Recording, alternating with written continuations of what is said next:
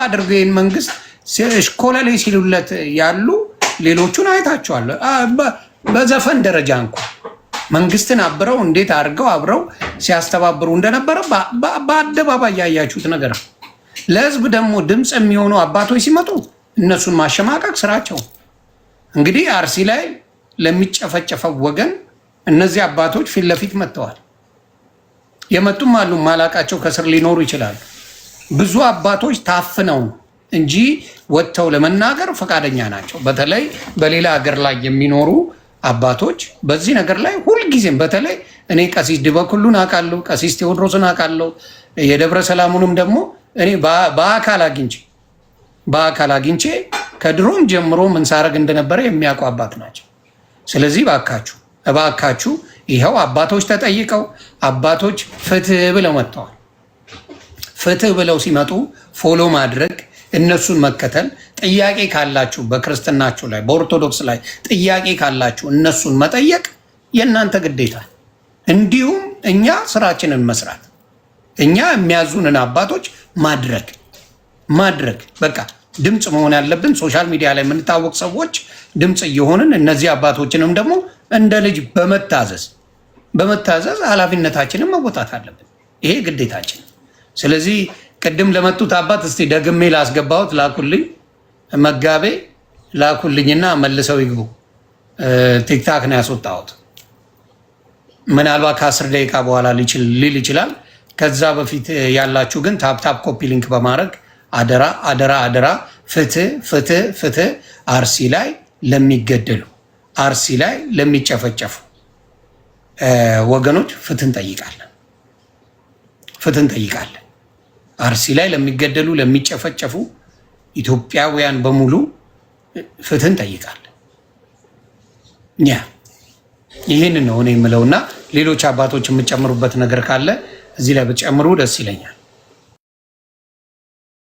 አንድ ነገር እዚህ ላይ ብቻ ማለት ፈልጌ ነው ዮኒ፣ ከይቅርታ ጋር አሁን መላከ ገነትን በደንብ ስትረስ አድርገው ሲናገሩ የነበረው አንተም ስታነሳ የነበረው በተለይ ኦርቶዶክሳውያን ወገኖቻችን ቅድም እንዳሉት ነው። መላከ ገነት አባት የለንም፣ ይመራን የለንም፣ የምንሰማው የለም ለምትሉ ያው አትሊስት አለን ብለን ወጥተናል እኛና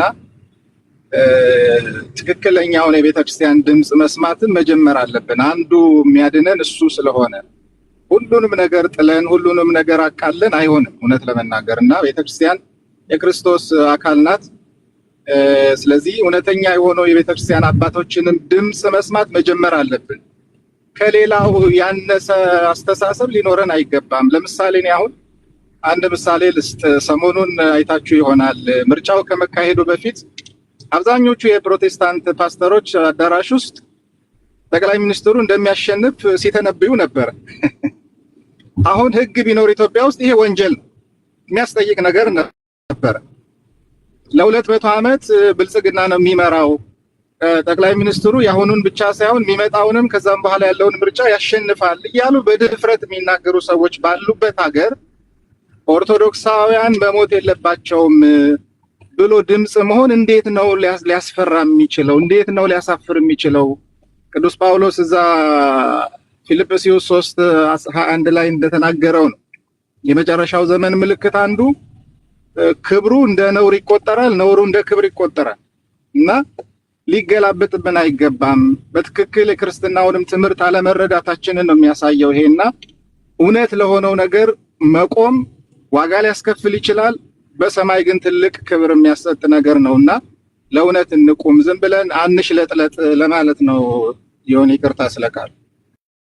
አረ ትክክል ነው። ይሄንን ነው መደረግም ያለበት። እንዲሁም እነዚህን አባቶች በእውነቴን ነው የምለው በመከተል እውነተኛ ነገርን ድምፅ ለዚህ ለተበደሉ ለሚጨቆኑ በየጊዜው ለሚታረድ ይሄ ነው እኮ የሚያሳዝነኝ። እየተገደለ እንኳን ሌላ እንትን ነው የሚያደርገው። ይሁን ይሄ ጥቅሙ ምንድነው መሰለህ? ቫዮሌሽን እያለ በሙሉ እያስወጣችሁ ነው ነው በሙሉ እየነቀላችሁ ነው። ቫዮሌሽን እኔንም ሳያስወጡኝ የሆነ ነገር ልበል። ይሁን በሙሉ ቫዮሌሽን እያለ እየነቀላችሁ በሙሉ ምንድነው መሰለህ አሁን እውነት ለመናገር ይኸውላችሁ ፊት ለፊት የሚመጡ አባቶች ጀግና መፍጠር ጎበዝ ሰውን ማበረታታት ያስፈልጋል። እኔ አልሰማም፣ ምክንያቱም ረዥም ዓመት ሆነኝ በጣም ተብዬ ወጥቶልኛል። ምንም አይነት አይሰማኝም። ግን ሌሎቹ ፊት ለፊት እንዲመጡ ማድረግ የሚቻለው እንደዚህ ሲሆን ነው። አሁን ከዚህ ዲበኩሉ አንተ ፖለቲከኛ ምናምን ብታጥረገርጉኝ ቄሶቹ ያዩታል ያን ኮሜንት። ከዚያ እንደው ከዚህ ስድብ እንደው ቢቀርብህ አንተ ተናግረህ ምን አመጣህ? እኔ አባቶች ጓደኞች የሚሉኝ እንደዚያ ነው። የሚያሸማቅቅ ነው። ጥሩ አይደለም በእውነቱ። ይልቁንስ ይኸውላችሁ በየቤተ ክርስቲያኑ አባታችን ክርስቲያኖቹ እየሞቱ ነው። እስኪ ድምፅ ይሁኗቸው፣ መድረክ ላይ እንዲናገሩ ፑሽ አርጉ። አስተዳዳሪዎችንም ሰባኪዎችንም።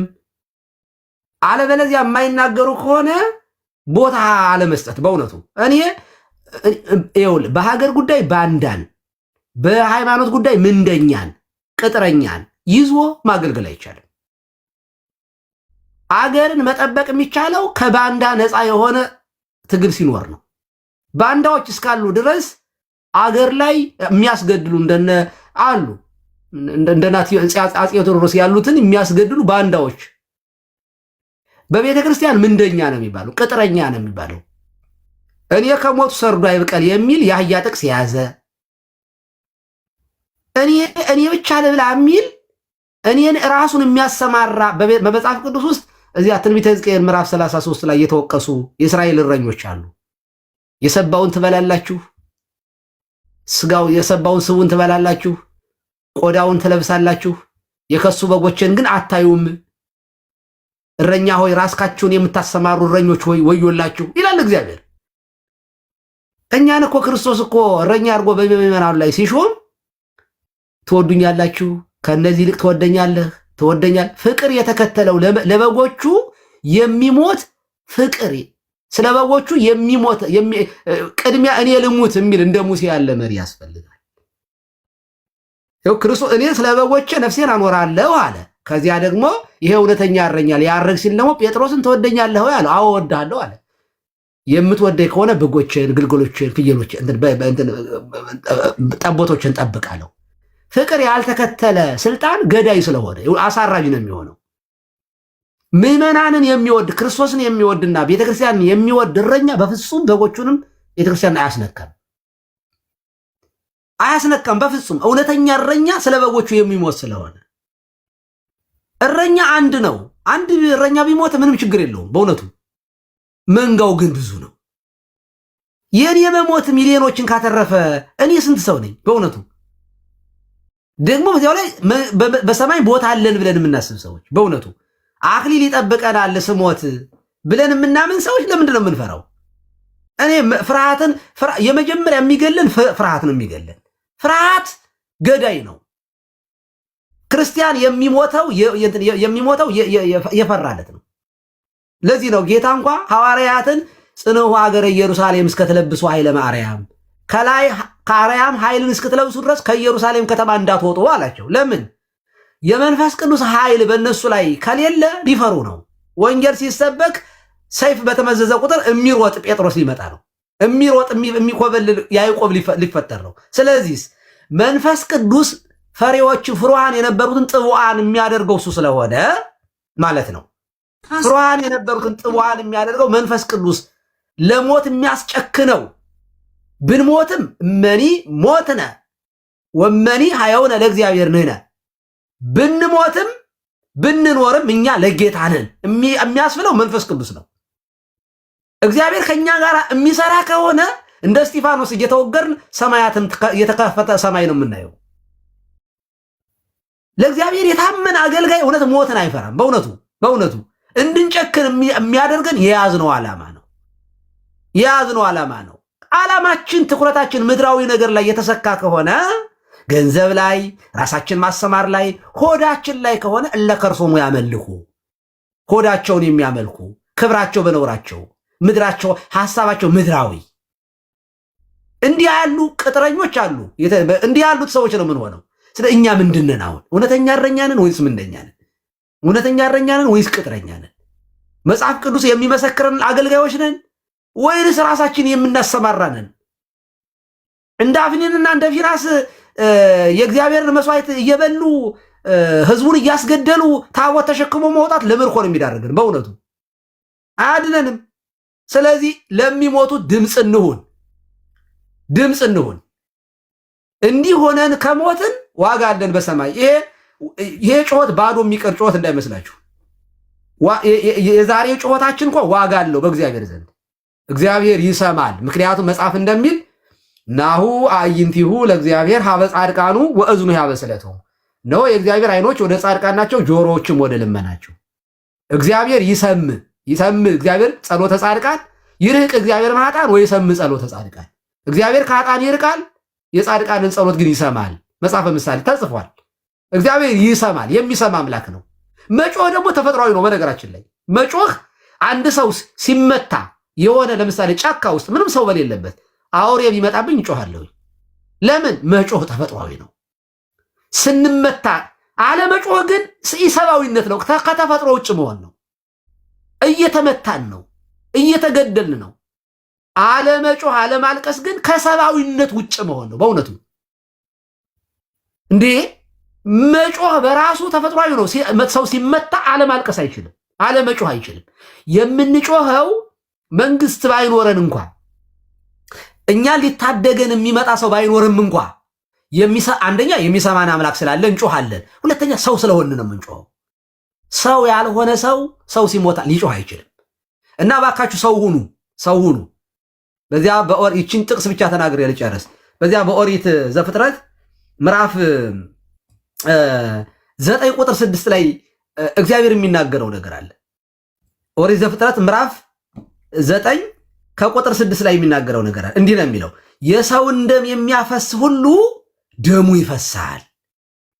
ሰውን በእግዚአብሔር መልክ ፈጥሮታልና። የምናወራው እግዚአብሔር በመልኩ ስለፈጠረው ሰው ስለተባለ ክቡር ነው። ችግኝ በመኪና ተገጨብኝ ብሎ እኮ ነው ጠቅላያችን ሲያለቅስ የሰማ ነው። ችግኝ ወለጋ ላይ ክርስቲያኖች እየሞቱ ነው በዶዘር እየተቀስ ይባል ጥላ እንትን ዛፍ እየተከልንባቸው እየተከልንላቸው የሚል እኮ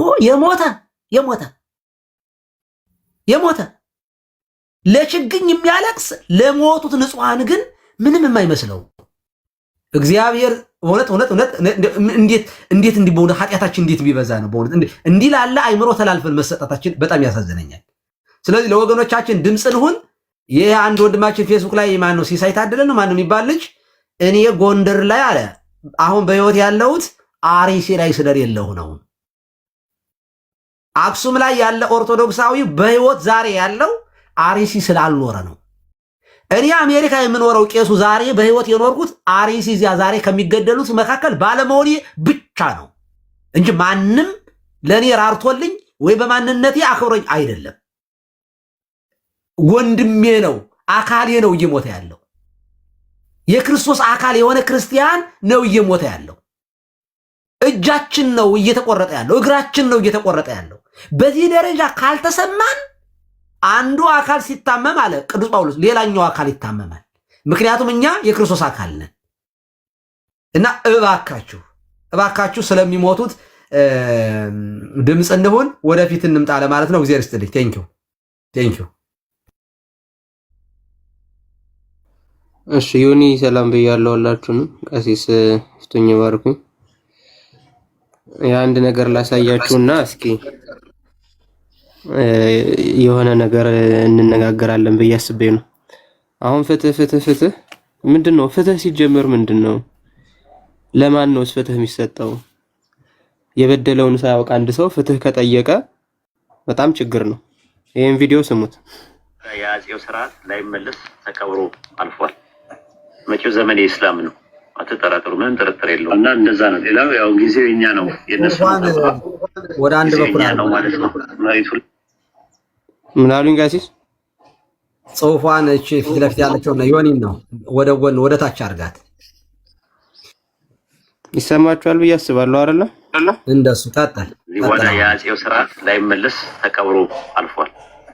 መጪው ዘመን የእስላም ነው፣ አትጠራጠሩ፣ ምንም ጥርጥር የለውም። እና እንደዛ ነው። ሌላው ያው ጊዜው የኛ ነው፣ የነሱ ነው ተብሏል። ጊዜው የኛ ነው ማለት ነው። መሬቱ ላይ በየክፍለ ሀገሩ ግንባታችንን እንቀጥላለን። የትውልድ የሚሆን ግንባታ ማለት ነው። በየክፍለ ሀገሩ በየአዲስ አበባው በየእንትኑ ባገኘነው አጋጣሚ መንግስትም ደግሞ ሸር ነው ለእኛ መንገድ ቦታም ይሰጠናል። በነፃ ነው እየሰጠን ያለው። ስለዚህ እስከሰጠን ድረስ እንትን እንላለን ማለት ነው። በተረፈ ካፊሮች እኛን አይተው ተቋም ያስፈልጋል ሲሉ ነበረ እና አይደለም ተቋም አይደለም መሬት ላይ በስነ ስርዓት መንቀሳቀስ እንኳን ከቻላችሁ አድናቂያችሁ ነኝ እኔ።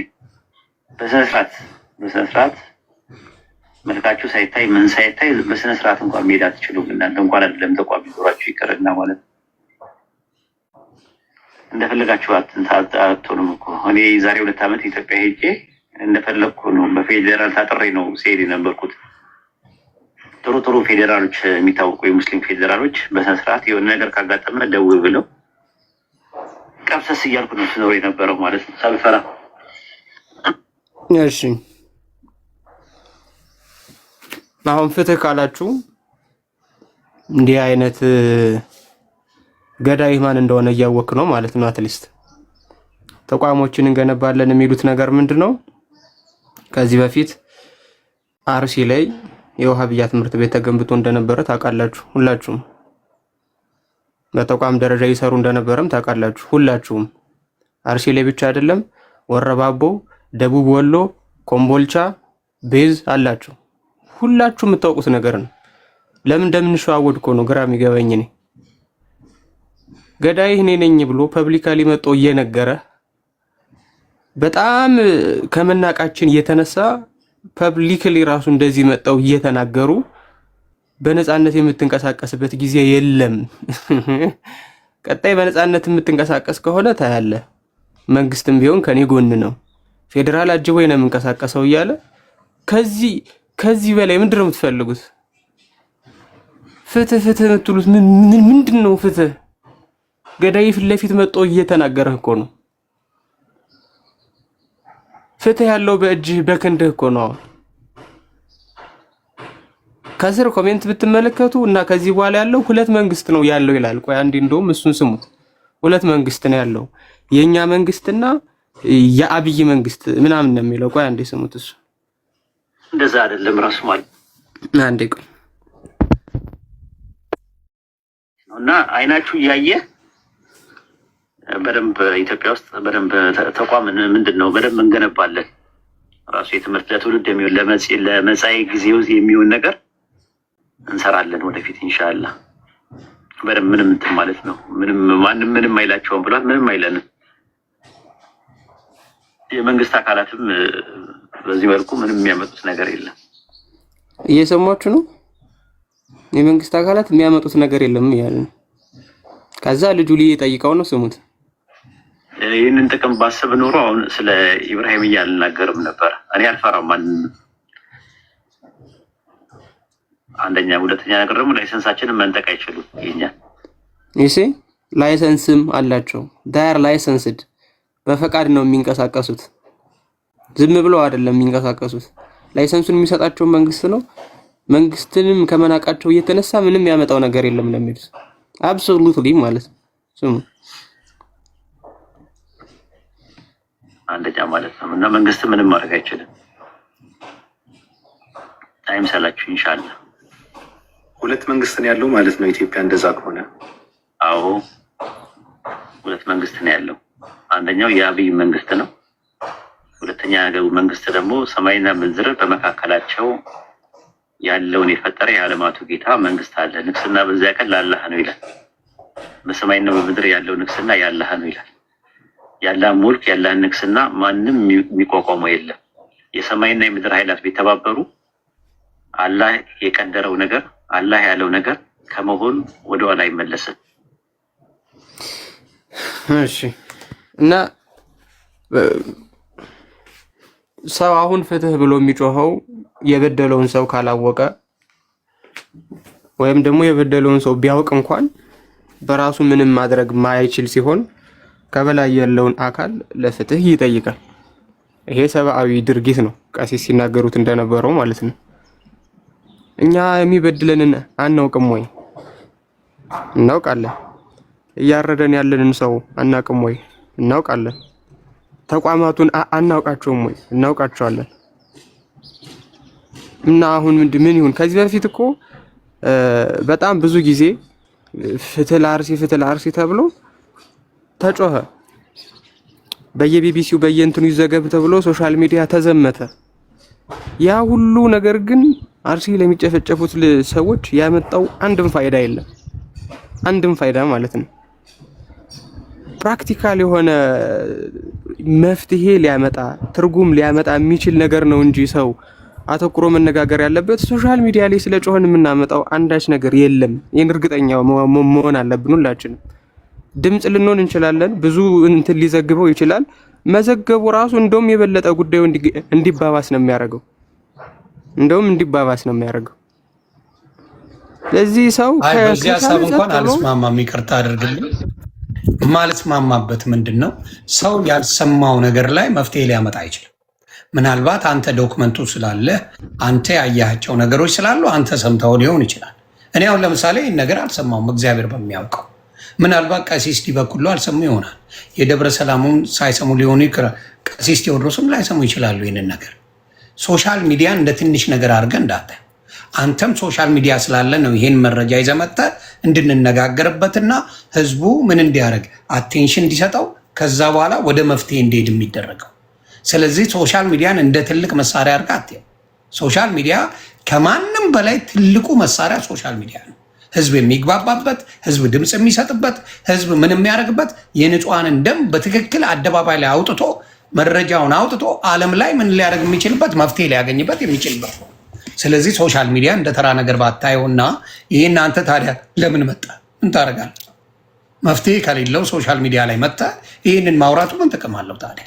ስለዚህ በሚገባ ይህንን መጣ ድምፅ የምትሆንበት ሪዝን ሪከርድ አድርገህ የምትይዝበት ምክንያት አንድ ቀን ይሄ ነገር ሲወጣ ወደ መፍትሄ የምንሄድበትን ነገር በስምምነት የምናደርገው ስለሚሆን፣ ስለዚህ መፍትሄ የለው ምንም አይመጣም የሚባለውን ነገር ተወውና መፍትሄ የምናመጣበትን ነገር ብንወያይ መልካም ነው ብዬ አስባለሁ። በደንብ ጥቅም አለው። ይሁን ትክክል ነህ። እኔ አባባሌ ከተረዳኝ ይሄ እዚህ መናገሩ መፍትሄ የለውም ሳይሆን እዚህ ተናግረን መቅረቱ ነው።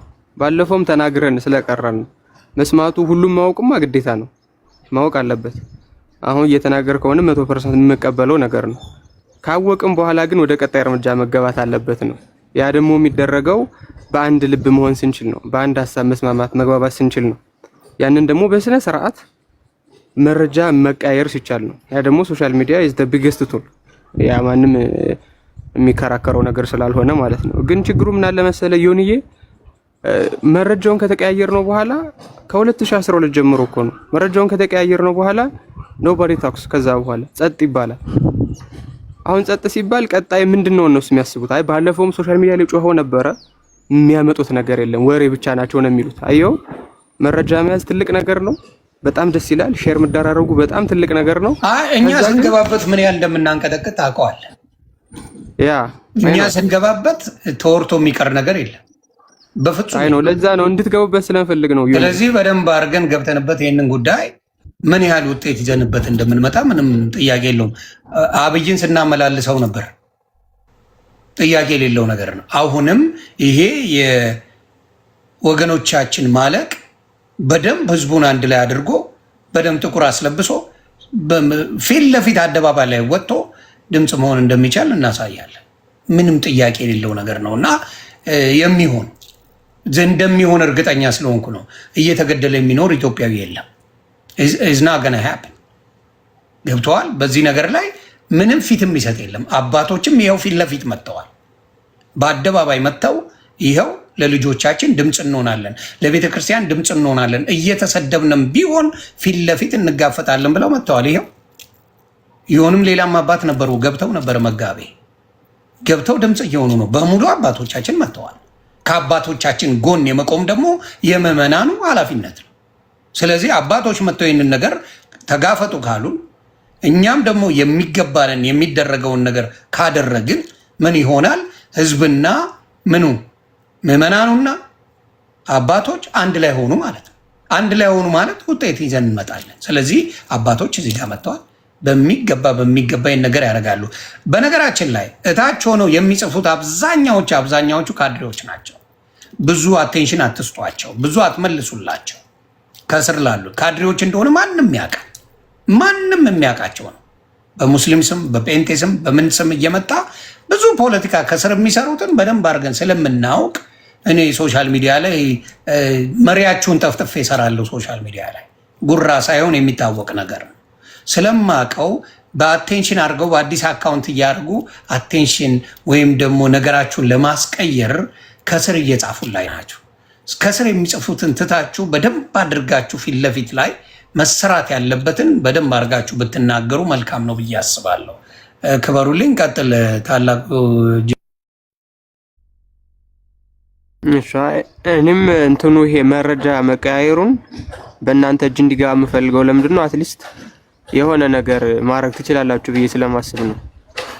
ፖለቲካል ኮኔክሽኑም አላችሁ፣ ሎጂስቲክስ እናግዝ ብትሉም ትችላላችሁ። ያን ያክል የሚቸግራችሁ ነገር የለም።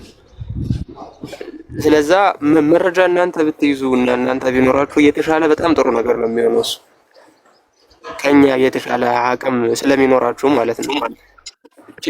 ችግሩ ግን የሚሆነው ወይ አሁን እኮ መረጃ ጥሩ ነገር ነው ያቀረብከው፣ በጣም ቆንጆ ነገር ነው ያቀረብከው። ግን የመረጃ እጥረት ህዝቡ ላይ አለ ብለህ ታምናለህ?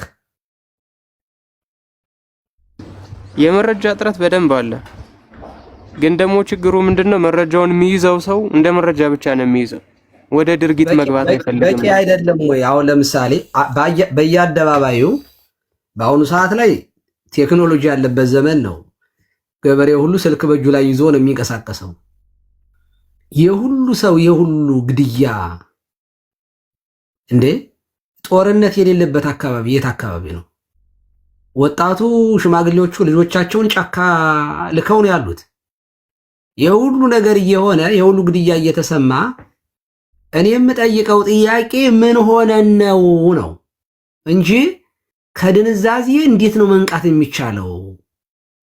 ካልሆነ በስተቀር በዚህ ዘመን የኢንፎርሜሽን እጥረት አለ ብሎ ማሰብ እኔ በጣም ይከብደኛል። ኦኬ እኛ አሁን ሰምተን የለ አሁን እዚህ በውጭ ሀገር ምን ነው ቆይተው እሺ እናንተን ተው። በውጭ ሀገር የምንኖር ቅድም መላከ ሰላም ሲናገሩ ነበረ። በጣም ትልቅ እንትን ነበረ። በደንብ ሰላማዊ ሰልፍ መውጣት መደራጀት ነገር ነበረ ድሮ። አሁን ላይ እኮ እኔ በጣም ነው የሚገርመኝ እኮ ምንም እኮ የሚያወራ የለም። መድረክ ላይ ራሱ የሚያወራ የለም። የሆነ ነገር አይ መግቢያህን አንተና ያርገኝ ነው የሚያወሩን እኮ እኛ ጋር ቄሶች ሲያወሩ እኮ ኢትዮጵያ ደርሶ ስለመምጣት ነው የሚያስቡት በእውነቱ። ወይ እንግዲህ ወይም በቤት ይኖራቸዋል ያን መንግስት ይወርስብኛል ብለው የማሰብ ነገር ነው የማየው እንጂ እኔ ጓደኞች አይደሉ እንዴ ምን ትቀልዳለህ? እና እኔ መፍትሄው የሚመስለኝ የኢንፎርሜሽን ጋፕ አሁን በዚህ ዘመን ላይ ያን ያክል አይደለም። ድንዛዜ ውስጥ ነው ያለ ነው። ሞቱ ራሱ የገባን አይመስለኝም። አላመመንም።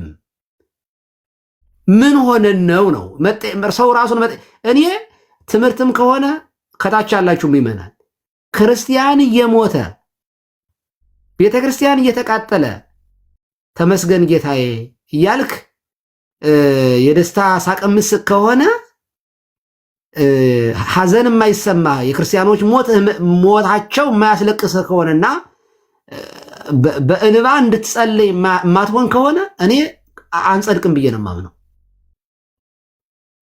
እንዴት ነው ሰው ዘና ብሎ ፈታ ብሎ በክርስቲያኖች ደም ላይ የሚኖረው?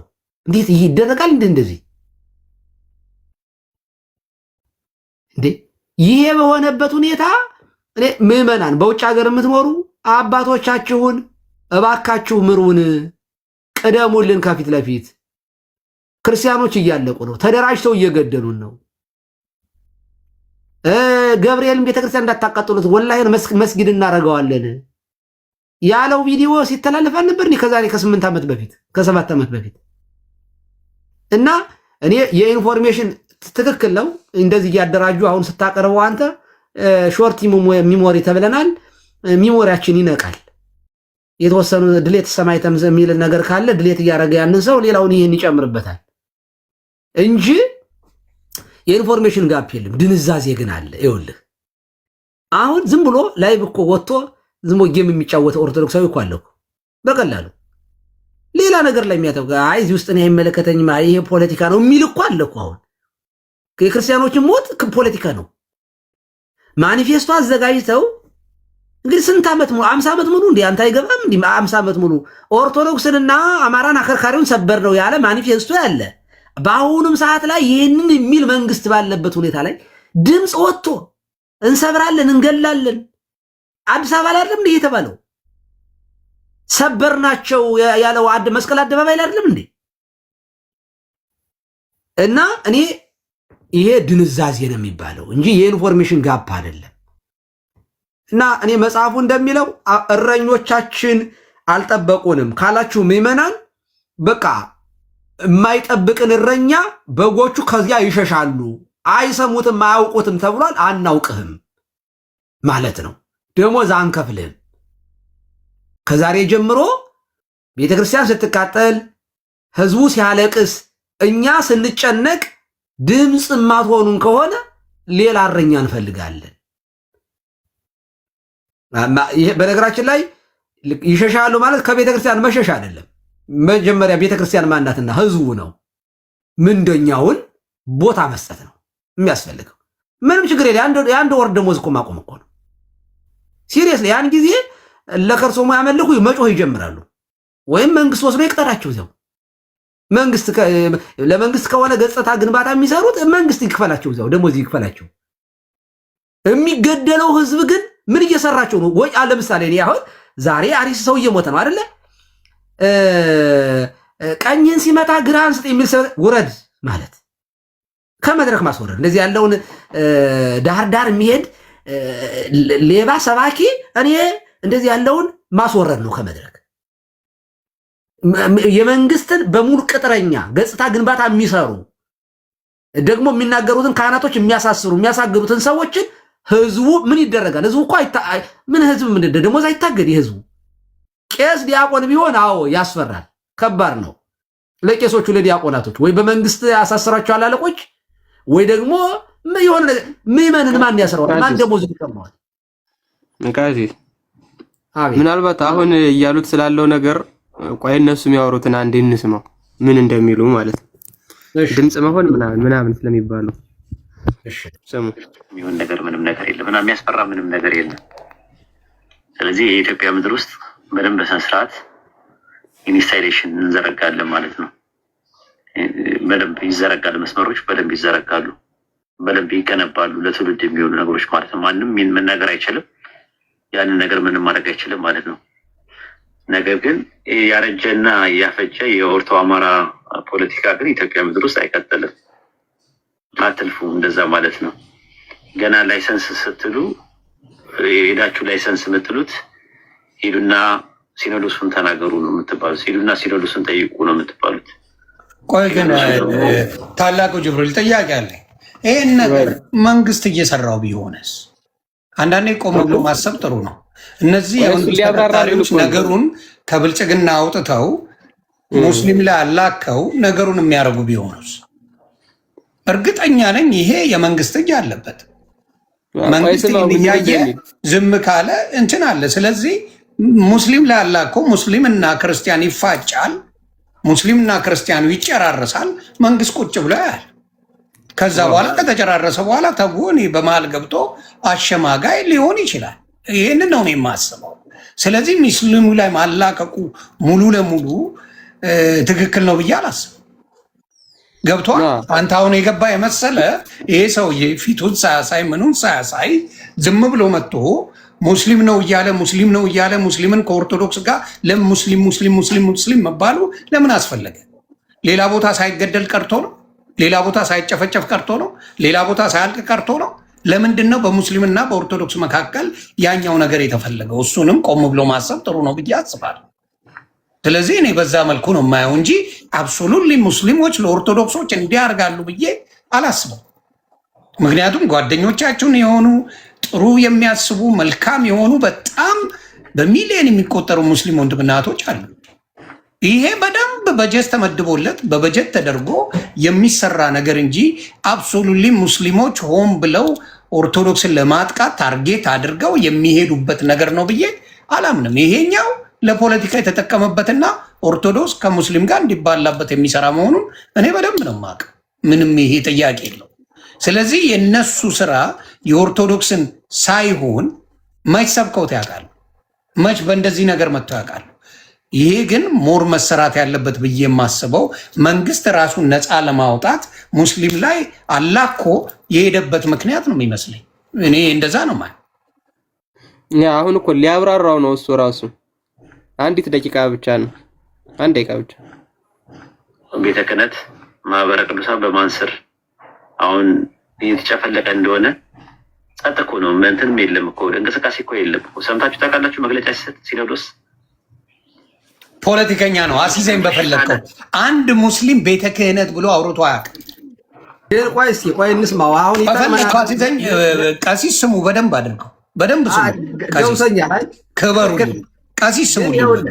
ግን ለእኛ በጣም የሚጠቅም ነገር ሪያሊቲ ስላለው ለምሳሌ ለምን እንደማይናገሩ ሊያስረዳ እኮ ነው። ሪያሊቲ ያለው እስኪ እንስማው። የሚደርስበት ነገር ያውቃል። እንዳለ ሲኖዶስ ከላይ ያሉ ሰዎች በቁጥጥር ስር ውለዋል። ቤተ ክህነት በቁጥጥር ስር ውሏል። ቅድስት ሥላሴ ዩኒቨርሲቲ በቁጥጥር ስር ውሏል። ማህበረ ቅዱሳን ትንፍሽ አይላትም። እስቲ ወንድ የሆነ እስቲ ማህበረ ቅዱሳን ተነስቶ ስለ እስልምና እሳደባለሁ እንደ ድሮ ቢል አሁን የለም፣ ይቀፈደዳል።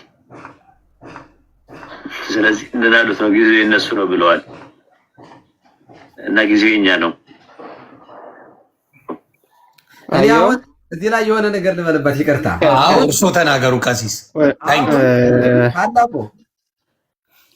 አሁን ይሄ ቪዲዮ አሁን የሚያሳየው ሙሉ በሙሉ ሪያሊቲ ነው። በቃ ያወራው ነገር ትክክለኛ የሆነ ነገር ነው። በቃ ቤተ ክህነቱ የለም የተወርሷል የሚለው ሪያሊቲ ነው። ግን ሁለት ነገር ሊሆን ይችላል እንደተባለው፣ አንደኛው መንግስት ራሱ እንደዚህ ያሉትን ነገሮች ያወራል የተናደደ ኦርቶዶክስም ሊሆን ይችላል። ምክንያቱም እንድንነሳ በቃ ከእንቅልፉ ለማንቃት በዛ በኩል መጥቶ ቢያንስ ቢገባቸው ብሎ ሊሆን ይችላል። ሪያሊቲ ስለሆነ ማለት ነው የሚሆነው ነገር። ቤተ ክህነቱ ምን ተብሏል? ተቆጣጥረነዋል። ይሄ ሪያሊቲ ነው በእውነቱ። የት አለ እንግዲህ አሁን የት አለ? ቅድም የሆነ እንዲያውም ይቅርታ አድርግልኝና ምን ሲል ሰማሁት? ቅድም መጋቤ ጥበባትን ሲጠይቅ ነበረ። ጥቁር ልበሱ ብሎ ያስለበሱን አባቶች ዛሬ የት አሉ ምናምን ስትል ስሰማ ነበር። እንዴ በዚህ አጋጣሚ ልንገር፣ ጥቁር ያስለበሱን ማንና ማን ነበሩ? ብፁዕ አቡነ አብርሃም የጠቅላይ ቤተ ክህነት ዋና ስራ አስኪያጅ፣ ብፁዕ አቡነ ጴጥሮስ የኒውዮርክና አካባቢው ሀገረ ስብከት ሊቀ ጳጳስ። ብፁዕ አቡነ ጴጥሮስ ወደ ኢትዮጵያ መግባት አይችሉም፣ አሁን መንግስት ጠምዶ ይዟቸው። ብፁዕ አቡነ አብርሃም ተዋክበው ወርደው ባህር ዳር ላይ ነው ያሉት። አሁን ማን ናቸው? ጥቁር ያስለበሱን ሰዎች ናቸው አሁን ስልጣን የያዙት። ኦልሬዲ እኮ በቃ በመንግስት እጅ ነን አሁን ያለ ነው። ያኔ ጥቁር የለበስንባቸው አባቶች ዛሬ አለቆቻችን ናቸው። ስለዚህ አሁን ወደ ምንድን ነው የለም አሁን እነዚህ አባቶች የሉም፣ ይናፍቁሃል። እና በሰጡት ነገር ማመስገን ያለብን ብዬ ነው የማምነው። ቀሲስ ምናልባት እያወራ ያለው የእስልምና መምህር ነው። እዚህ ሶሻል ሚዲያ ላይ የታወቀ መምህር ነው። ታውቀዋለህ? አንደኛ እሱ ነው። አረ በደንብ ነው የምንተዋወቀው፣ በደንብ እንተዋወቃለን። ከ2009 ጀምሮ ነው የምንተዋወቀው ከኔ ጋር። ግን ማን ይባላል ስሙ? ማን ነው? ዋሂድ ነው የሚባለው። ዋሂድ አውቀዋለሁ። ዋሂድ እሱ ነው። ግርማ ይባላል። የድሮ ስሙ ግርማ ነው፣ ክርስቲያን እያለ ማለት ነው። አሁን የሚኖረው ስዊድን ነው። ሰሚራ የምትባል ሚስት አግብቶ ይኖራል ስዊድን። ሌላው መረጃው እዚህ ላይ መናገር ስለማያስፈልግ እንተዋዋለን። ግን የሙቃረና ደርስ አለው፣ የንጽጽር ትምህርት ቤት አለው። ሜክሲኮ ላይ ህንፃ ሰርተዋል። አረ በጣም ጥሩ። ቆይ ስዊድን ላይ ከሆኑማ ኦርቶዶክስ ወዳጆች አሉ። ኦርቶዶክስ ብቻ ሳይሆን ክርስቲያን የሆኑ በሙሉ አሉ። ስዊድን ላይ እንደዚህ ማድረግ እንደማይቻል ይታወቃል። እና የእሱን ኢንፎርሜሽን ሙሉ ካለ ለእኔ ትሰጠኝና እኔ ስዊድን ላይ ምን ማድረግ እንዳለብኝ በደንብ ሰራበታለሁ። በደንብ ወዳጆች ስላለን ኢትዮጵያ ላይ በሃይማኖት ደረጃ የሚያጨፋጨፈው ይሄ ሰው ነው ብለን እዛ እናደርጋለን። በአንዴ ነው ሪፖርት የሚያደርጉት፣ በአንዴ ነው ማውራ። ሁለቴ እንኳን አይለው ቃል ለምድር ለሰማይ ለእኔ ብቻ አንተ ሙሉ ኢንፎርሜሽኑን በውስጥ ንገረኝ። በውስጥ የሚሰሩ በጣም በጣም በጣም የታወቁ ጀግና የኦርቶዶክስ ወንድሞች አሉኝ፣ እህቶች አሉ። ይህን ነገር ማድረግ ከባድ አይደለም። ይሄኛውን ሙሉ ሪከርዱን ትልክልኛለህ። ይሄን ሙሉ ሪከርዱን ወጥተን አስተርጉመን እዛ እናስገባዋለን። አስተርጉመን። ስለዚህ ቀላል ነው። ወደ ምንድነው ወደ መፍትሄው ነው የምንሄደው። በጣም ከባድ አይደለም። እንደነሱ እኛ ያለ እውቀት የምንመራ አይደለንም። አብዛኛዎቹ የነሱ ሰዎች አልተማሩ፣ ታውቃለህ፣ ፊደል አይቆጥሩ። ስለዚህ ያንን ነገር ነው የእሱን በዚህን የያዘውና ግን እውነቱን አይደለም ወይ የሚለውም ሀሳብ ብሰጥበት እውነቱን አይደለም ወይ አልተኛንም ያለው ትክክል ነው። ተኝተዋል፣ ምንም አታመጡም፣ እንቀፈድዳቸዋለን፣ እንዲናረጋቸዋለን፣ እናጠፋቸዋለን የሚለውን በደንብ ሪከርድ ተደረገውን በእንግሊዝኛ አስተርጉሞ በስዊድን ላንጉጅ አስተርጉሞ የሚያስገቡ በጣም ቀለል ያሉ ወንድምና እህቶች አሉ። ስለዚህ እውነቱን ነው። አሁን ሪያሊቲውን እንቀበለው። እውነቱን ነው። የተጨመረ ነገር አለ። የጨመረውን ልንገሩታ ቀሲስ የጨመረውን ስሙት። እዚህ ጋር ጨምሯል። ዮኒ ትክክል ነህ። ትንሽ የማጋነንና አጉል የሌላቸውን ፒክቸር የመስጠት ነገርም አለ። ለምሳሌ አሁን ሁሉንም እኛ በቁጥጥር ስር አድርገነዋል፣ ሁሉንም በቁጥጥር ስር ይዘነዋል የሚለው ኦብቪየስሊ ሁሉንም በቁጥጥር ስር እንዳላረጉት መቼም ይታወቃል። ግን ነደደ ሲሉት ተቃጠለ እንደሚባለው አንድ ሁለት ሰው ከያዝክ የሆነ መዋቅር ውስጥ ሁሉን እንደያዝከው አድርገህ ማውራትና አቅም እንደፈጠርክ ፕሮፓጋንዳ አንዱ የፖለቲካ ስራ ነው። አሁን ግን ጉዳዩ ማለት ነው የሆኑ ሰዎች ሳይሆን ሲስተም ነው። ኦልሬዲ እየተዘረጋ ሲስተም አለ ነው። ሲስተምን ፋይት ሊያደርገው የሚችለው ደግሞ ሲስተም ብቻ ነው። የሆነ ሰው የሆነ ነገር ተናገረ ምናምን ሰውየው የሚናገርበት የሆነ ነገር እኮ አለ፣ መዋቅር አለው ማለት ነው። የሚሰራበት መዋቅር አለው፣ ፈንድሬዝ የሚያደርግበት መዋቅር አለው፣ ስራ የሚሰራበት መዋቅር አለው፣ ኮሌጆቹን ራን የሚያደርግበት መዋቅር አለው። ችግሩ ያ መዋቅሩ ነው እንጂ ቤዚካሊ ሰውየው የሚያወራው ነገር ወይም ደግሞ ሰውየው ነው ማለት አይደለም። ስለዚህ አሁን እኛ ከሲስተም ጋር ስለሆነ እየተጣላን ያለ ነው ከሁለት አይነት ሲስተሞች፣ አንደኛ ከአስተዳደራዊ ከአድሚኒስትሬቲቭ ሲስተም፣ ሁለተኛ ደግሞ ከሃይማኖታዊ ስፔሲፊካሊ ከዋሃብያ። ከነዚህ ከሁለት ነገሮች ጋር ገጥሞ ሰው መልሶ ደግሞ የጎን መተኳኮስ አያስፈልግም። የሚያስፈልገው የጋራ ጠላት የሆነውን ሲስተሙን መምታት ብቻ ነው። ያንን ደግሞ ማድረግ የሚቻለው ቁጭ ብሎ ተነጋግሮ የተዘረጋን ሲስተም በራሱ በአድሚኒስትሬቲቭ የሚሆን በሃይማኖታዊ የሚሆን መዋቅር ተሄዶ መፍትሄ ማምጣት የሚቻለው መሬት ላይ ሲወረድ ነው። መረጃዎችን ይዞ ቅድም ዮኒ እንዳለው መረጃዎችን በደንብ ካሰባሰቡ በኋላ ወደ አንድ ማምጣት፣ ወደ አንድ ከመጣ በኋላ ደግሞ ወደ እርምጃ ይገባል ማለት ነው። ከዛ ውጭ ግን እኔ ሌላ ምንም መፍትሄ ሊታየኝ አልቻለም። ምናልባት እናንተ መፍትሄ የምትሉት ካለ ለመስማት ዝግጁ ነኝ። ቀሲስም ሌሎቻችሁም አይ የምትላቸው ነገሮች ምንም ጥያቄ የለውም። ግን እኔ አሁን የፕሮቶኮል ጊዜ አልፏል ብዬ ነው የማምነው። የኢመርጀንሲ ጊዜ ነው። አሁን በዚህ ጊዜ ሰው እየሞተ ነው። በዚህ ሰዓት ላይ ጫካ ውስጥ ያለ ህዝብ አለ ላለመሞት ማለት ነው። አርሲ ውስጥ ያሉ ኦርቶዶክሳውያን ጫካ ውስጥ ናቸው ያሉት። የተገደሉትን ቆጠርን እንጂ የተፈናቀሉትን በየጫካው የወደቁትን እኮ ስንት አንድ የዛሬ ወር ነው 6 ወር ምናምን እኮ አንዷ መታ እኮ 6 ቤተሰብ ይናልቃ ጨርሻለሁ ነው እኮ ያለችን እዚህ ቲክቶክ ላይ መታ 6 ቤተሰብ ታረዱብኝ። ዱባይ ላይ ሆና የገባች ልጅ ላይ በላይ ክርስቶፎሮስ ቤት ነው ማን ቤት ነበር የነበረው? እኔ እያወራሁት ያለሁት ይኸውላችሁ እንደራጅ መደራጀት ይሄ ሁሉ ጊዜ ይፈልጋል። አዎ መደራጀት አለብን። ግን ኢመርጀንሲ ነው። እንደዚህ ያለ ነገር ሲፈጠር ምንትን መደንዘዝ የለብንም። መንቃት ነው ያለብን። ኖ ማለት ነው ያለብን። ፍጥነት ያስፈልጋል። አምቡላንስ ነው የሚያስፈልገው እኮ። ኢመርጀንሲ ላይ የዓመት እቅድ አታወጣም። የነፍስ አድን ላይ መሯሯጥ አለብን። የሚሞቱ ሰዎች አሉ። መጀመሪያ ኖ ብሎ መነሳት፣ ውስጥ ለውስጥ ደግሞ የመደራጀትን ስራ። መደራጀት ቀላል አይደለም፣ ጊዜ ይፈልጋል። እኔ አይተናል። ከዚህ ቀደም ሲገደል በማነው ሲጠቃ የነበረ ሰው ከስንት ዓመት በኋላ ነው የነቃው። በእውነቱ እና ደግሞ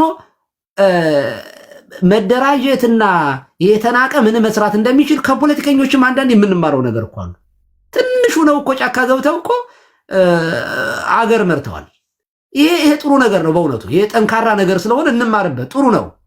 ኦርቶዶክሳውያን አቅም አለን። መርሃችን ደግሞ ታውቁታላችሁ፣ የሰላም ነው። ታሪካችን የሚያሸማቅቅ አይደለም።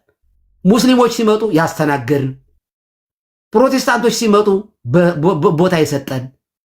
የኢትዮጵያ ኦርቶዶክስ ተዋሕዶ ቤተክርስቲያን ፖለቲከኞች ግን የሚያወሩት ምንድን ነው? ጨቋኝ እንደሆነች፣ ገፊ እንደሆነች። ታሪካችን ግን አክሱም ላይ የሚነግረን ከመካ መዲና የተባረሩትን ሙስሊሞች ስንቀበል ነው። ታሪካችን የሚነግረን እሱን ነው። ሌሎቹንም ስንቀበል የኢትዮጵያ ቋንቋዎች በታሪክ ውስጥ ሳይጠፉ እዚህ መድረሳቸው የሚያሳየው የኢትዮጵያ ቤተክርስቲያን እኮ ነገስታቶቿ ሳይቀሩ የሰውን ቋንቋ የሰውን የብሔር ማንነትን ያከብሩ እንደነበር ነው ታሪክ የሚነግረን። እና የምናፍርበት ሳይሆን የማንሸማቀቅበት የምንኮራበት ታሪክ እንደ ቤተክርስቲያንም እንደ ሀገርም አለን። ስለዚህ ሞታችን እንዲቆም ቁርጠኛ እንሁን።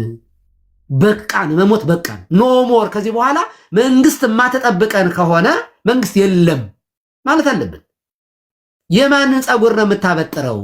ፒስ ኤንድ ሴኩሪቲ የአንተ ድርሻ ነው። እነገሌ ማለት እኮ መንግስት አይችልም። በነገራችን ላይ አርሲ ውስጥ የሚገሉን እነገሌ ሙስሊሞች ናቸው ምናምን እንበል እንጂ እኮ ኃላፊነት እኮ የመንግስት እኮ ነው። ማንኛውም ህዝብን የመጠበቅ ኃላፊነቱ የማንኛውም ሌላው ቀርቶ እንትን ይሄ ኦነግ ነው የሚገል ቢባል ራሱ ተጠያቂው መንግስት ነው። መንግስት አገር ላይ እስካለ ድረስ ኃላፊነቱ የመንግስት እኮ ነው እንዴ። ማንኛውም ፋኖ የሚበል እንደው ማንም ይባል ተጠያቂው ኢትዮጵያ ውስጥ መንግስትና መንግስት ብቻ ነው። ምክንያቱም እኔ መንግስት ነኝ ብሎ ተቀምጧል። ደግሞ በምርጫ አሸነፍኩኝ ኢትዮጵያ መረጠች እያለ ፉሽካ የሚነፋ መንግስት ባለበት ሀገር አባት አስከሬን የልጁን አስከሬን አስቀምጦ ሊመርጠኝ መጣ የሚል መንግስት እኮ ነው ያለን እንዴ።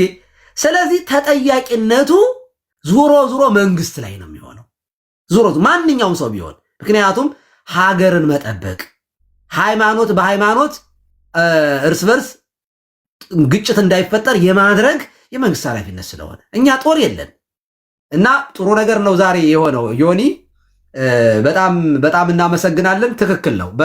እንደዚህ ባሉት ነገሮች በያዝካቸው ነገሮች ጓደኞችም አሉ በጣም ጠንካራ የሆነ ሐሳብ የሚሰጡ ልጆች አሉ። ፕሊዝ ሀገር ኃላፊነት አለብን። የሀገር ኃላፊነት አለብን። የቤተ ክርስቲያን ኃላፊነት አለብን። አንገደል አልን እንጂ ሙስሊም በማንነቱ ሊጠቃ ይገባል። እኔ 2 ሳምንት አልሆነኝም አክሱም ላይ እውነትም እንደሚባለው ሙስሊሞች መቃብር ቦታ ከሌላቸው ትክክል አይደለም፣ መቃብር ቦታ ሊሰጣቸው ይገባል ብዬ ጽፌያለሁ። ፌስቡክ ላይ ግቡና ይሁት። ሰው በመሆኑ ብቻ የመቀበር መብቱ እግዚአብሔራዊ የሆነ መብት ነው። ሰው ሲወለድ በዚህ ምድር ላይ የመኖር መብት፣ ሲሞት ደግሞ የመቀበር መብቱ ዲሞክራሲያዊ ሳይሆን ሂውማኒቲ ራይት ነው። ይሄ ሂውማን ራይት ነው። ይሄ በዚህ ምድር ላይ የተወለደ ሰው በምድር ላይ የመኖር መብት፣ ሲሞት የመቀበር መብት የማንኛውም ሰው ነው። አክሱም ውስጥ ሙስሊም አይቀበርም ቅድስት ሀገር የሚል ካለ አዎ ቅድስት ሀገር ማለት ይቻላል። ሌላ እምነት ያለው ሰው አይቀበርም ማለት ግን አይቻልም። መጽሐፍ ቅዱሳዊም አይደለም፣ እግዚአብሔርም አይደግፈውም። የሞተን ቅበር የወደቀን አንሳ ነው መጽሐፍ የሚል ካለ ፖለቲከኞች የሚያወሩት ሙስሊሞች ፖለቲከኞች የሚያወሩት ከሆነ ትክክል አይደለም። እኔ ግን ካለ ብዬ ግን ቄሱ ድምፅ ሁኛለሁ ለሙስሊሞች። ስለዚህ እኛ እየገፋን አይደለም። ምን መሰሎት ቀሲስ እዚህ ጋር ይቅርታ፣ እስከ ዛሬ ታዲያ አክሱም ላይ የት ነበር የሚቀበሩት ሙስሊሞች? የውሸት ፖለቲካ እንደሚሰሩ ስለማቅ ነው። ፖለቲካ ነው የሚሰሩት፣ ፖለቲካ እየሰሩ እንጂ እስከ ዛሬ እግዚአብሔር ምስክሬ አክሱም ላይ የሚኖሩ ሙስሊሞች የት እየተቀበሩ ነበር? የት ነበር የሚሆኑት?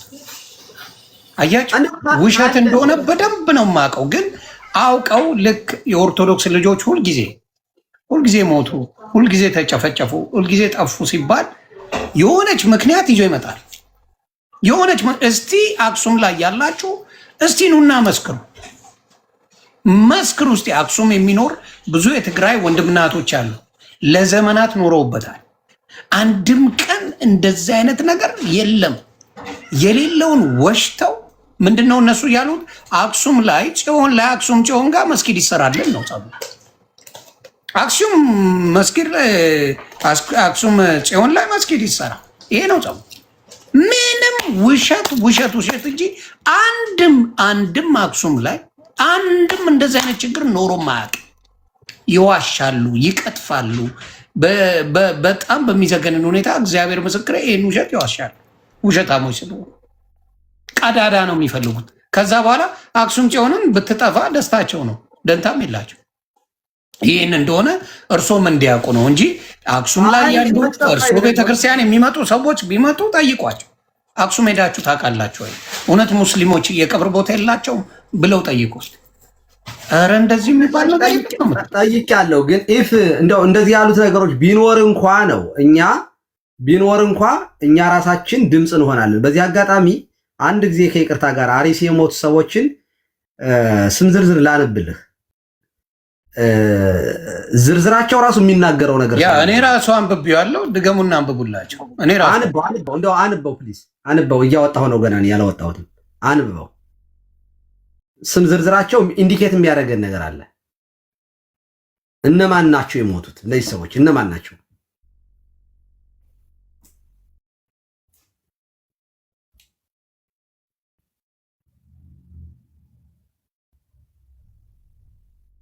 ካገኘሁት ቆይ እኔም እንትን አነባዋለሁ ቶሎ። እሺ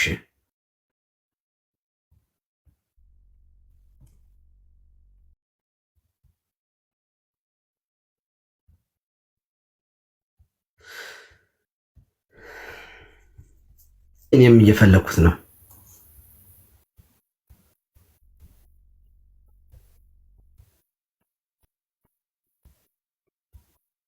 ያለው እኔ ግን ዮኒ ይሰማል አሉ ስም ዝርዝር እየፈለግን ነው። ምን ላይ ነበረ? ቫዮሌሽን ምናምን ብሎ አስወርደው የነበረ ቅድም። አይ እኔና እርሶ ያው የታወቀ እኮ ነው። ኦኬ ቅድም እኮ ዮኒ ስታነሳው ነበረ።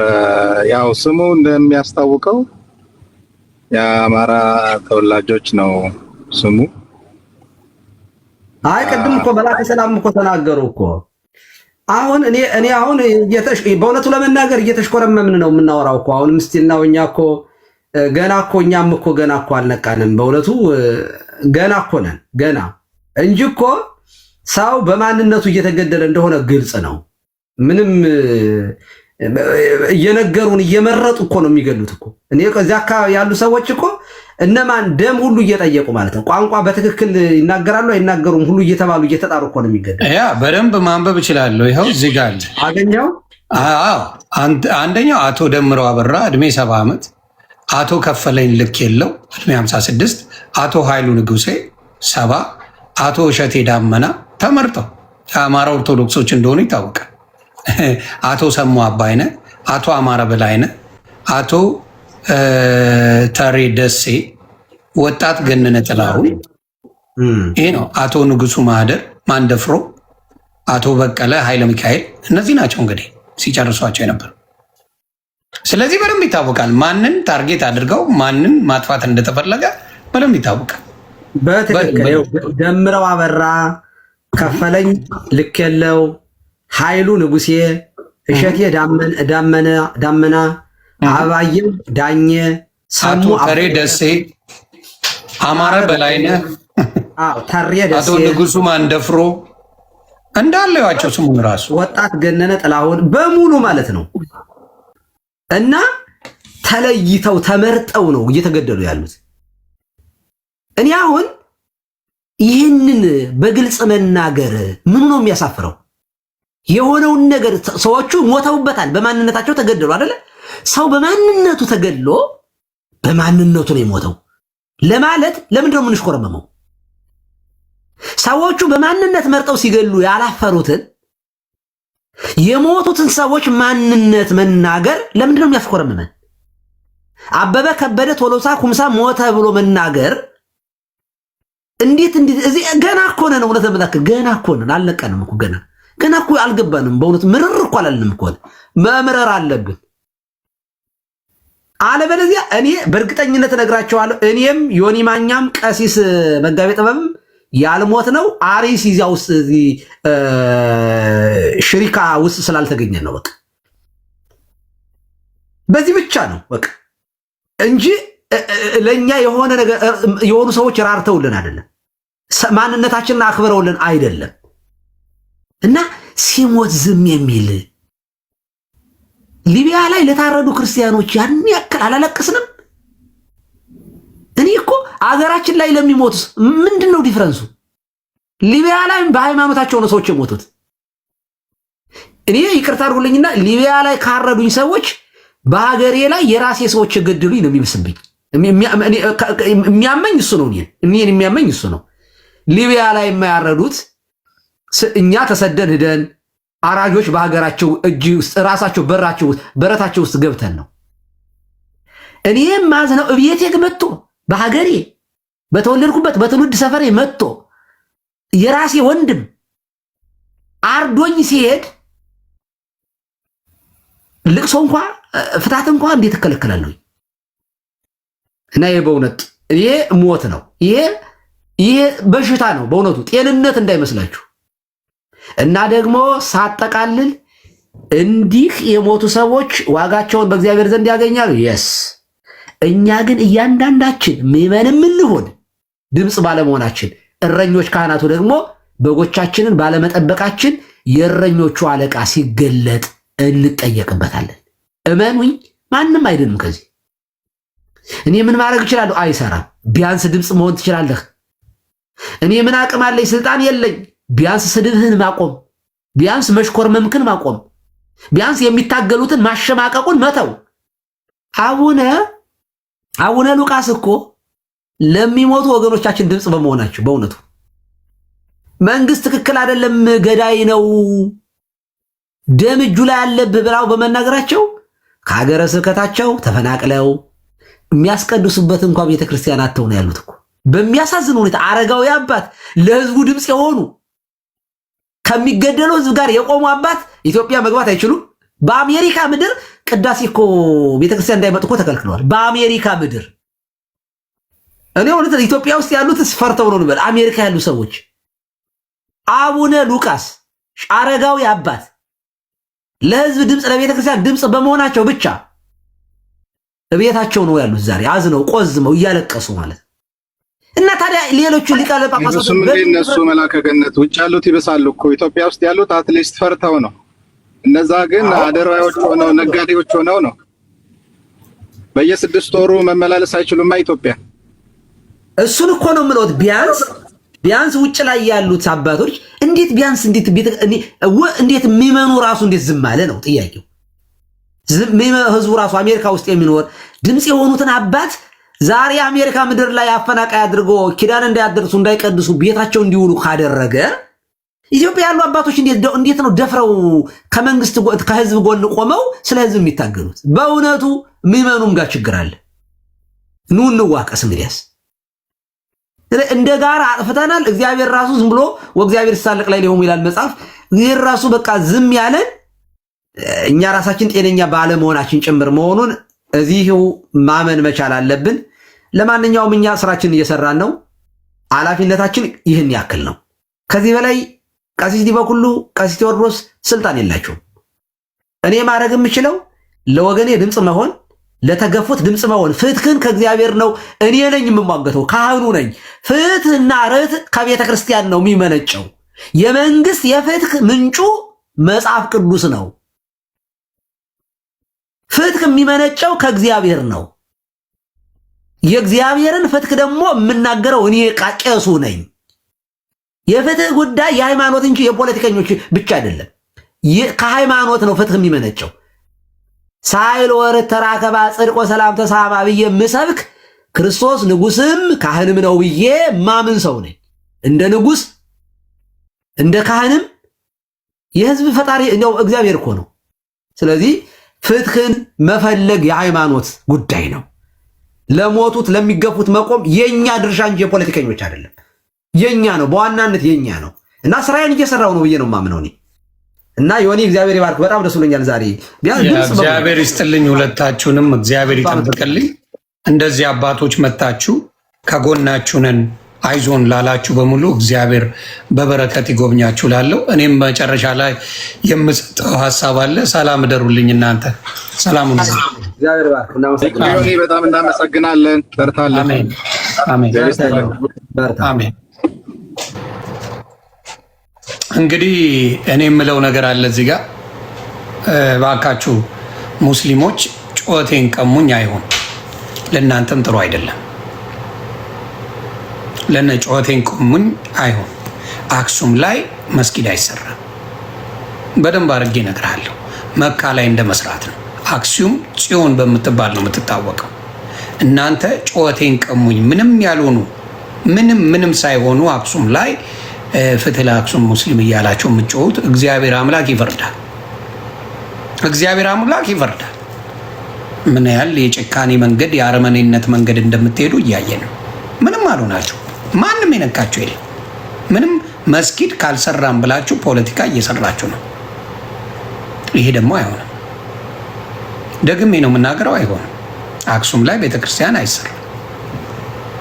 የቀብር ቦታ በደንብ አላችሁ፣ በደንብ አላችሁ። የትግራይ ልጆች በደንብ አክሱም ላይ የኖሩ ወገኖች አሉ። ግን የኦርቶዶክስ ልጆች ጩኸታችሁ ሲቀማ በእነዚህ አጭበርባሪዎች ያሳዝነኛል። እዚህ ላይ እንኳን ፍትህ እያሉ የሚጮሁት ለሞቱት ለሚጨፈጨፉት ሳይሆን እነሱ መስጊድ ካልሰራም ብለው ነው የሚጮሁባችሁ። ቁማሩ ያ ነው። ገባችሁ? ኦርቶዶክስ እነሱ የሚጠይቁ ፖለቲካ ይሄ ብልጽግና የሚያደርገው ነው። ብልጽግና ምን እየሰራ ነው ብዬ ነው የማስበው። እኔ ፐርሰናሊ ይሄን ህዝብ በሆነ ነገር አሻክቶ በመሀል ገብቶ አስታራቂ መምሰል ነው የሚፈልገው። እንደዚህ አይነት ፖለቲካ አለ።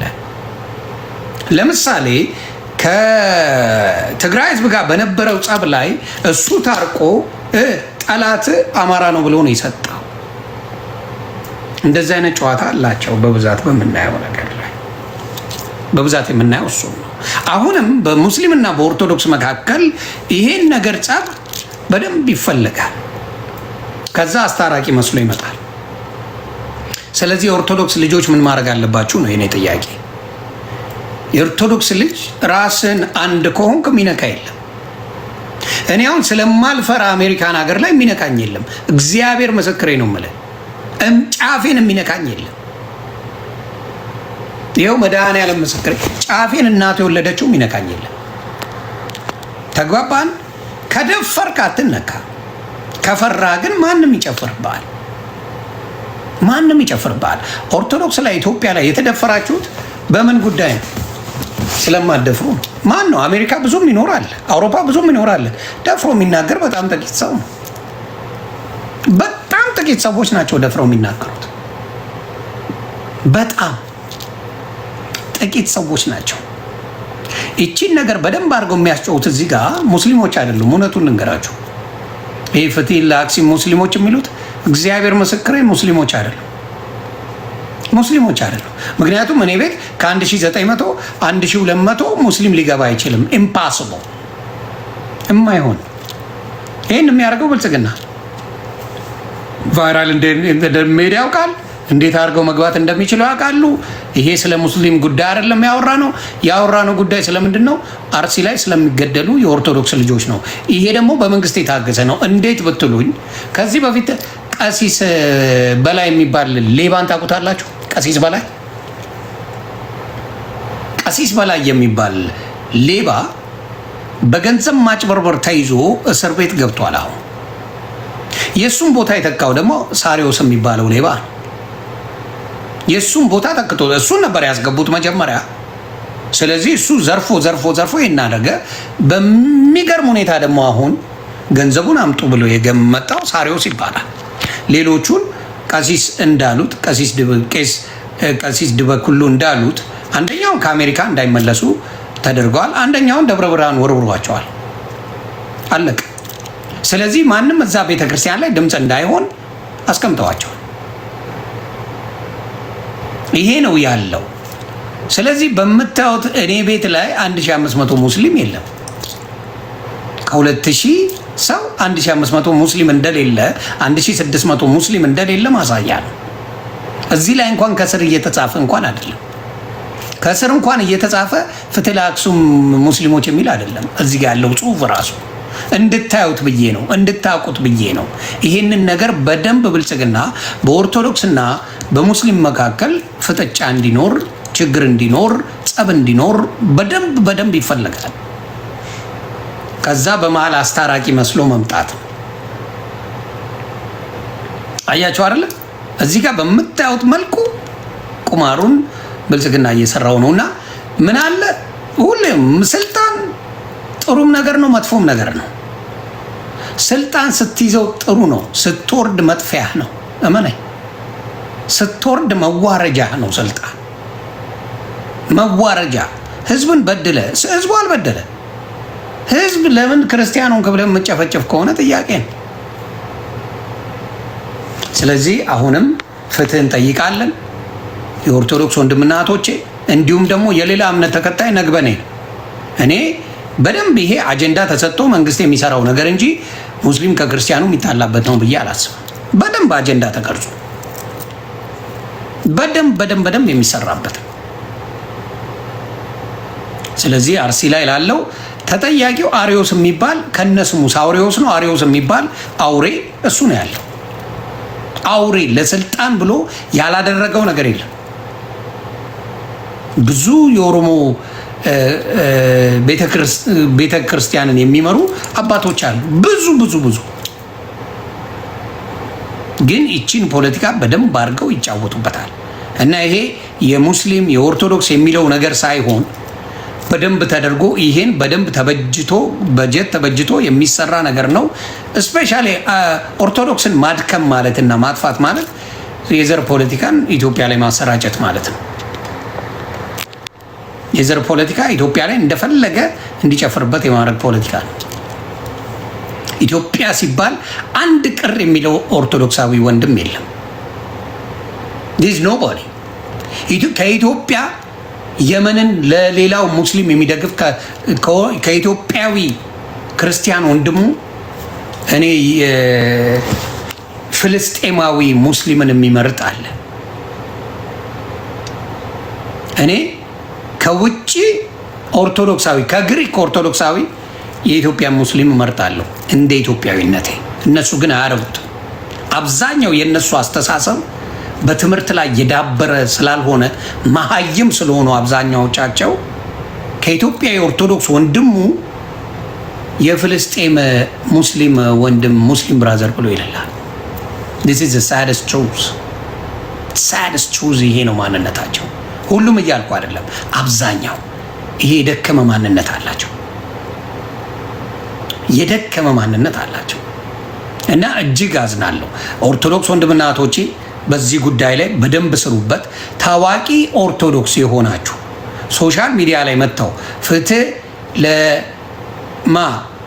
ለአርሲ ላይ ለሚጨፈጨፉ የኦርቶዶክስ ወንድምና እህቶች ካላሉ ጌም ሲጫወቱ ምን ሲጫወቱ አጠገባቸው ድርሽ እንዳትሉ። ወደው ሳይሆኑ በግዳች ያደርጋሉ። እርግጠኛ ነኝ መማር ትላለች፣ ምንም ጥያቄ የለው። መማር ወጥታ በደንብ እንደምትሰራ ጥያቄ እንኳን የለኝም። ሌሎቹ አዶናይ ይሰራሉ ወይ ነው? አዶናይ እውነት ከኦርቶዶክስ ወገኖቹ ጋር ይቆማሉ ወይ ነው? ጃኔታችን ትቆማለች ወይ ነው? ሌሎችም ታዋቂ ኤርሜችዲ ይቆማሉ ወይ ነው? ሌሎችም ወንድሞቻችን ሶሻል ሚዲያ ላይ ስለ አርሲ ላይ ስለሚጨፈጨፈው ይቆማሉ ወይ ነው ጥያቄው። እዚህ ጋር አንድ የሚጻፍ የለም እኮ ፍትህ ለአርሲ ለአክሱም የሚል የለም። እግዚአብሔር መሰክረ ይሁት ከስር የለም። ይሁ አንድ የሚጻፍ የለም። ከስንት አንድ ነው የሚጻፍ። ከላይ ግን እንዴት ፖለቲካውን እንደሚሰሩ ሶሻል ሚዲያ ላይ ብልጽግናዎች ጎበዞች ናቸው። በፖለቲካ ፈንዱም አላቸው፣ ገንዘብም አላቸው፣ ሁሉ ነገር አላቸው። እንዴት እንደሚጫወቱባችሁ እንድታዩ ነው እንጂ በደንብ ከአስገዳዮቹ አንደኛው ሳሪዮስ ነው ብዬ በእርግጠኛነት መናገር እችላለሁ። ሳሪዮስ አስገዳይ ነው። ኦርቶዶክስ ላይ በህዝቡ ያልሾመው ኦርቶዶክስን ሊከፍላል ሊሰነጥቃት የነበረ አውሬ የነበረ ሰውዬ ነው። እሱ መጥቶ ነው አሁን ስልጣኑን የያዘው። የኦርቶዶክስን ሀብት ንብረት የሚገባዋን ገቢዋን በሙሉ ሙልጭ አድርጎ የሚወስደው አቡነ ሳሪዎስ ይባላል። ይሄ እውነታን ነው የምነግርህ።